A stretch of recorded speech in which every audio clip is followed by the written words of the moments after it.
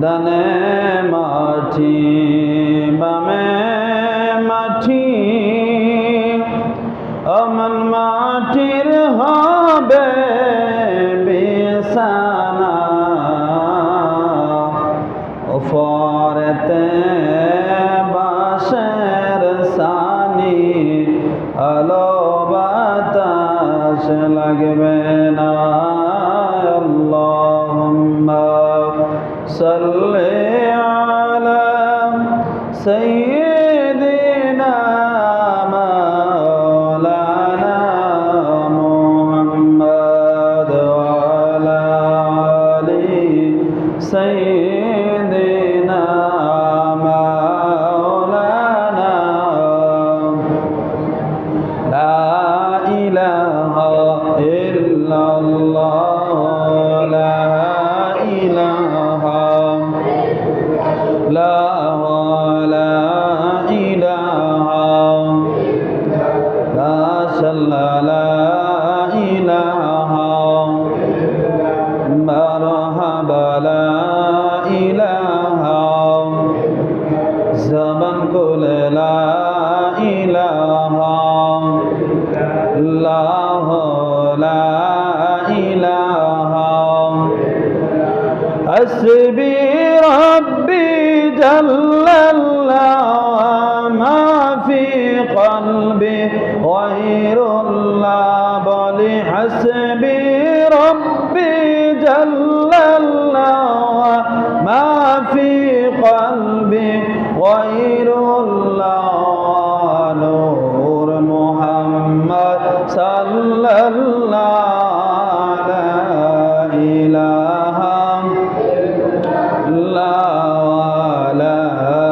ইলাহা ইল্লাল্লাহ লা ইলাহা ইল্লাল্লাহ লা ইলাহা ইল্লাল্লাহ লা ইলাহা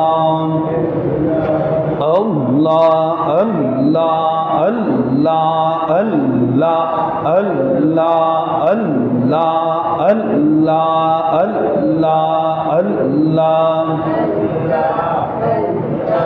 লা ইলাহা ইল্লাল্লাহ মুহাম্মাদ রাসূল আখিরাতে পার হবে তুই ফুল সিরাতের ফল মাশাআল্লাহ আল্লাহ আল্লাহ আল্লাহ লা ইলাহা ইল্লাল্লাহ লা ইলাহা ইল্লাল্লাহ মুহাম্মাদ রাসূল আখিরাতে পার হবে তুই ফুল সিরাতের ফল মাশাআল্লাহ আল্লাহ আল্লাহ আল্লাহ আল্লাহ আল্লাহ আল্লাহ আল্লাহ যে দিল কাজী হবে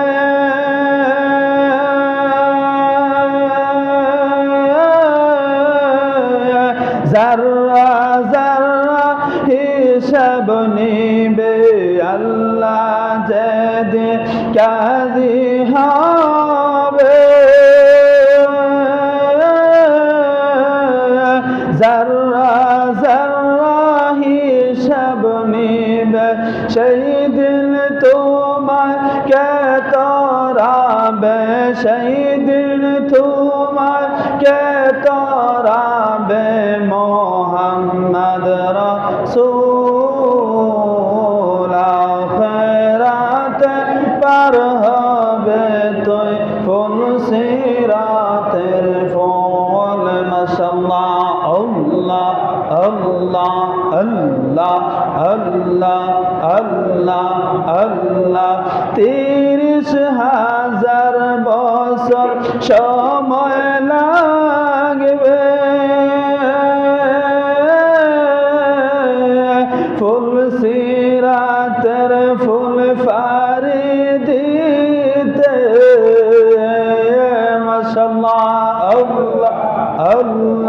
30,000 সময় লাগবে ফুলসিরাত গো পারি দিতে সেই দিন তোমার কে তোরাবে সেই দিন তোমার কে তোরাবে মোহাম্মদ রাসূল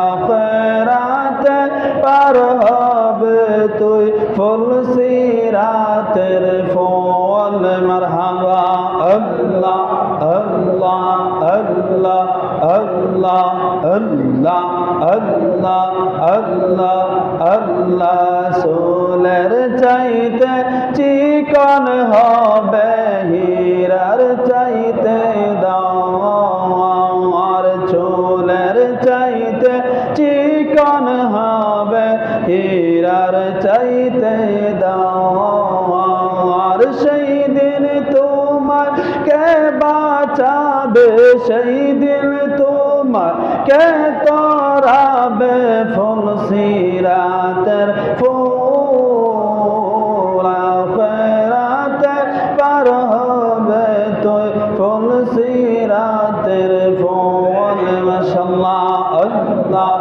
আল্লাহ আল্লাহ আল্লাহ আল্লাহ আল্লাহ আল্লাহ আল্লাহ লা ইলাহা ইল্লাল্লাহু মুহাম্মাদুর রাসূলুল্লাহ সাল্লাল্লাহু আলাইহি ওয়াসাল্লাম।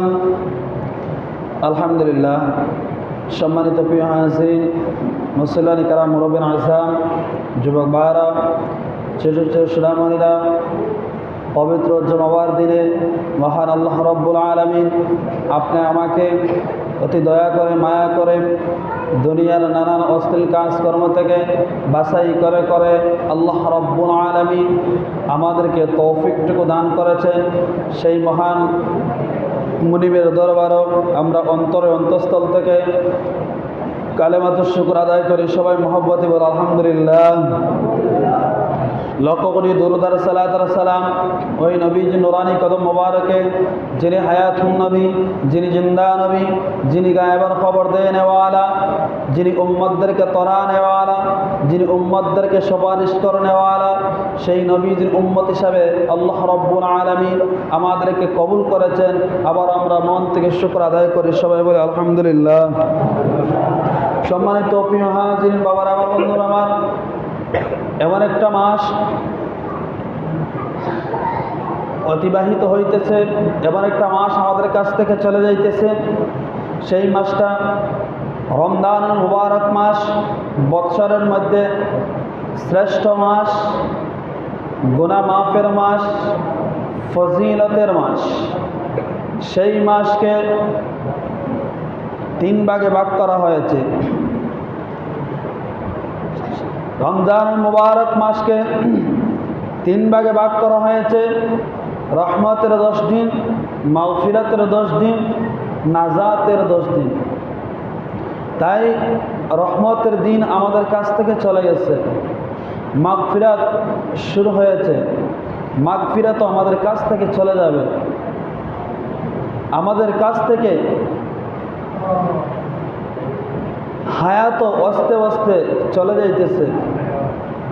কবরে কিন্তু আমাদেরকে ডাকতেছে, কখন জানি আল্লাহ মালাকুল মউত পাঠাইয়া দেয়, আবার কখন জানি এই দুনিয়া ছেড়ে অন্ধকার কবরও চলে যেতে হয়। আমাদের দিন দিন হায়াত কমতেছে। তাই আমরা কবরের জন্য প্রস্তুতি নিতে হবে।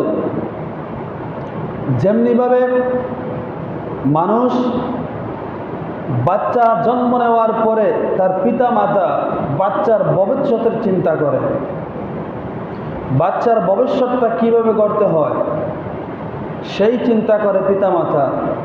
কিন্তু আমরা সেই মুসলমান, দুনিয়ার চিন্তা করি আমরা। হ্যাঁ করেন, সমস্যা নাই, অবশ্যই ভবিষ্যতের চিন্তা করতে হবে। কিন্তু আমরা এমন একটা জায়গার মধ্যে আমরা চলে যেতে হবে, সেই জায়গায় চিরকাল চিরদিন থাকতে হবে। সেই ঘরের মধ্যে আমরা কিভাবে থাকবো, কোন অবস্থায় থাকবো, সেটা তো আমরা চিন্তা করি নাই।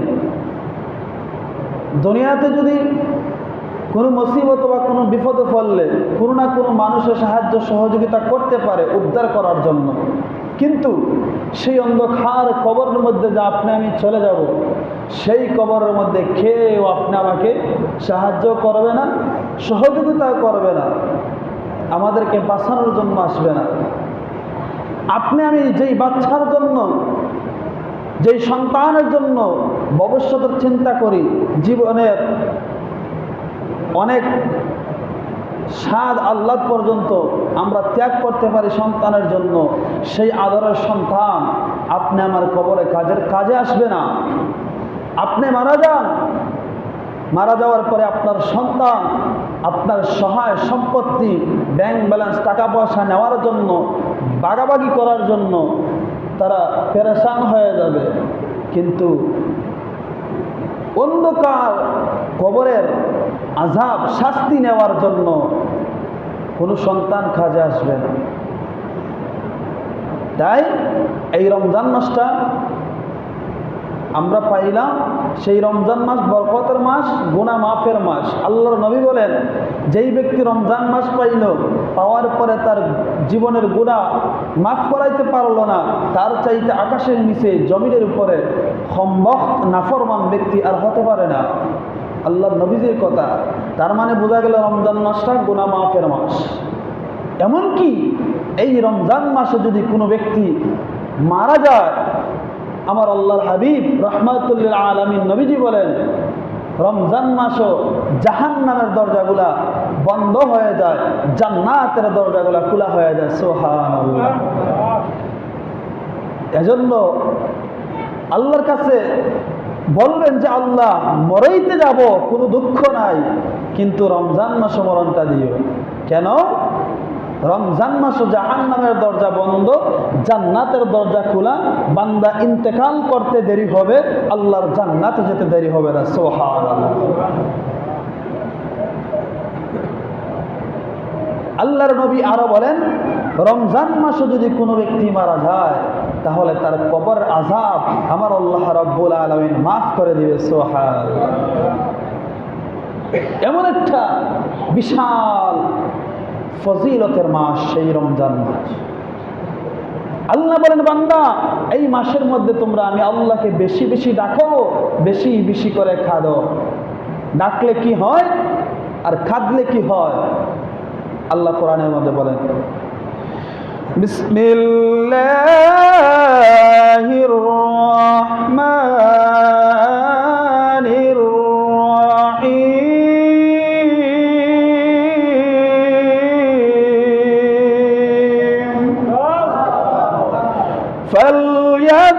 فليضحكوا قليلا وليبكوا كثيرا।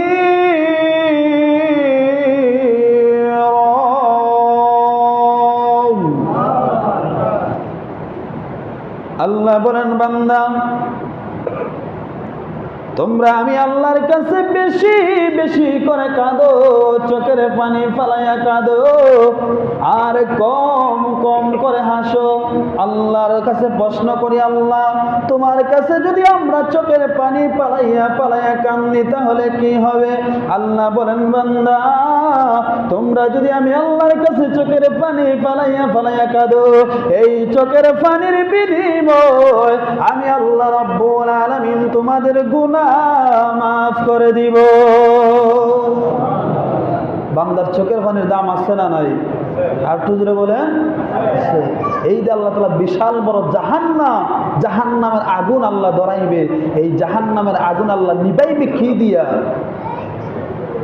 আল্লাহর নবী রাহমাতুল লিল আলামিন নবীজি বলেন, বান্দা যখন চোখের পানি ছেড়ে ছেড়ে কান্না করে, ওই জাহান্নামের আগুন আল্লাহর কাছে 70 বার প্রার্থনা করে, মাবুদ আমি জাহান্নামের মধ্যে মানুষরে দাও তাতে কোনো সমস্যা নাই, আমি জাহান্নামের মধ্যে পাথর দাও তাতেও কোনো সমস্যা নাই, কিন্তু আমি জাহান্নামের মধ্যে তোমার আশিকের চোখের পানি দিও না। জাহান্নাম বলে আল্লাহর কাছে, আল্লাহ তোমার আশিকদের প্রেমিকদের চোখের পানি আমি জাহান্নামের মধ্যে দিও না।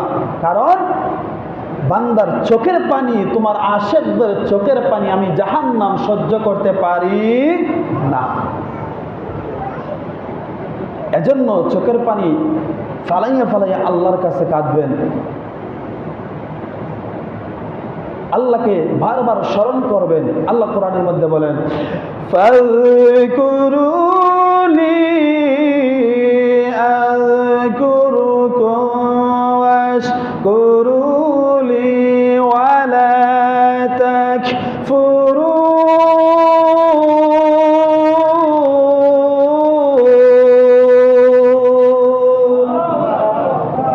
আল্লাহ বলেন, বান্দা তোমরা আমি আল্লাহকে বেশি বেশি করে ডাকো, তোমরা আমাকে যদি ডাকো, আমি আল্লাহকে স্মরণ করো, বান্দা আমি আল্লাহ তোমার ডাকের সাড়া দিয়ে থাকি। সুবহানাল্লাহ বলবেন না? আল্লাহ বলে, বান্দা তোমরা যদি আমি আল্লাহকে ডাকো, আমি আল্লাহ তোমার ডাকের সাড়া আমি আল্লাহ সদা সর্বদাই দিয়ে থাকি। এখন আমরা নামাজ পড়লাম, নামাজের মাধ্যমে ওই আল্লাহকে স্মরণ করা হয় কি হয় না? আওয়াজ দিয়ে বলেন। নামাজ আমরা পড়ি কার জন্য? তার মানে বোঝা গেল নামাজের মাধ্যমে আল্লাহকে স্মরণ করা হয়। রোজা রাখি আমরা কার জন্য? রোজার মাধ্যমে আল্লাহকে স্মরণ করা হয় কি হয় না?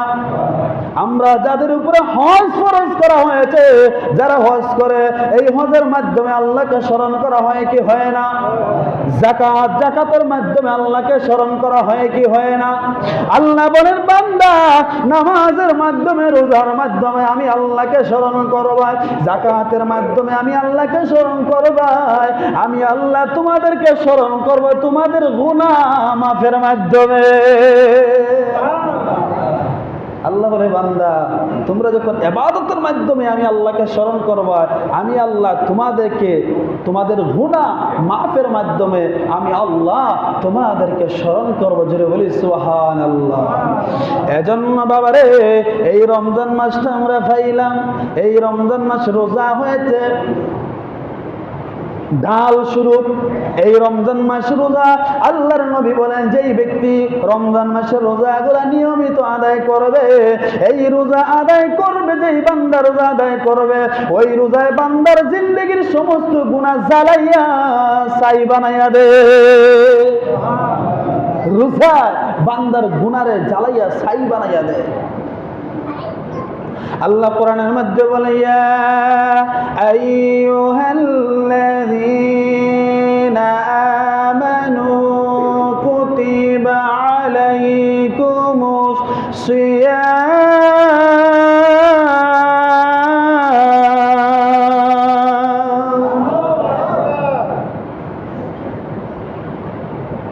কামা কুতিবা আলাল্লাযীনা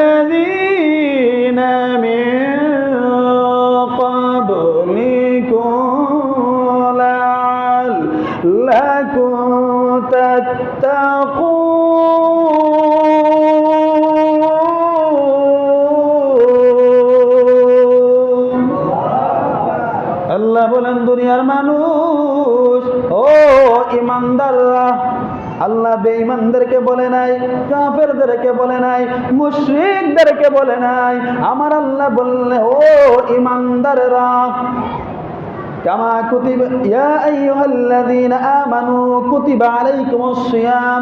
আল্লাহ বলে, ও ঈমানদাররা, তোমাদের উপরে আমি আল্লাহ যেমনি ভাবে রোজা ফরজ করলাম, যেমনি ভাবে তোমাদের পূর্ববর্তীর উপরে আমি আল্লাহ রোজাগুলা ফরজ করে দিয়েছিলাম, ঠিক তেমনি ভাবে তোমাদের উপরে আমি আল্লাহ সেইভাবে রোজাকে ফরজ করে দিয়ে দিলাম।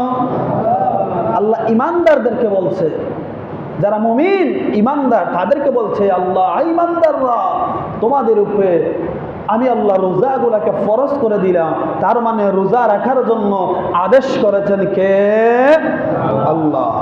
এখন আমরা যদি রোজা রাখি, আল্লাহর হুকুম আমরা মানি, আল্লাহর বিধান পালন করি, তাহলে আমাদের কি লাভ হবে? আল্লাহ রাব্বুল আলামিন কোরআনুল কারীমের মধ্যে বলেন, কামা কুতিবা আলাল্লাযীনা মিন ক্বাবলিকুম লাআল্লাকুম তাত্তাকুন।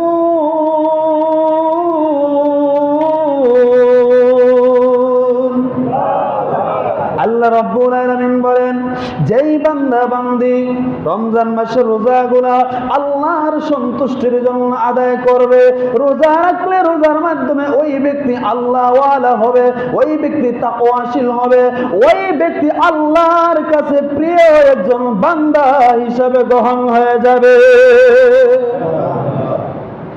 রোজা রাখলে পরে কেমন লাভ? যদি প্রেমিক হতে চাও, আশেক হতে চাও, আল্লাহওয়ালা হতে চাও, নামাজ রোজা ইবাদত ছাড়া আশেক হওয়া যাবে না। আল্লাহর নবী রাহমাতুল লিল আলামিন নবীজি বলেন, যেই সময় রমজান মাসটা চলে আসে, বৎসরের শুরুতে, রমজান মাসের আওয়ার আগে, বৎসরের শুরুতে আমার আল্লাহ রব্বুল আলামিন রমজান মাস আসার আগে আগে জান্নাতটাকে আমার আল্লাহ সুন্দর করে পরিষ্কার করতে থাকে, সুন্দর করে সাজাইতে থাকে। জোরে বলি সুবহানাল্লাহ। জান্নাতটাকে সুন্দর করে সাজাইতে থাকে। যখন রোজা মাস চলে আসে, রোজা মাসের প্রথম দিন যখন শুরু হয়ে যায়, আল্লাহর নবী বলে, আল্লাহ রব্বুল আলামিন আরশ থেকে একটা জান্নাতি বাতাস চলে আসে। সুবহানাল্লাহ বলবেন না?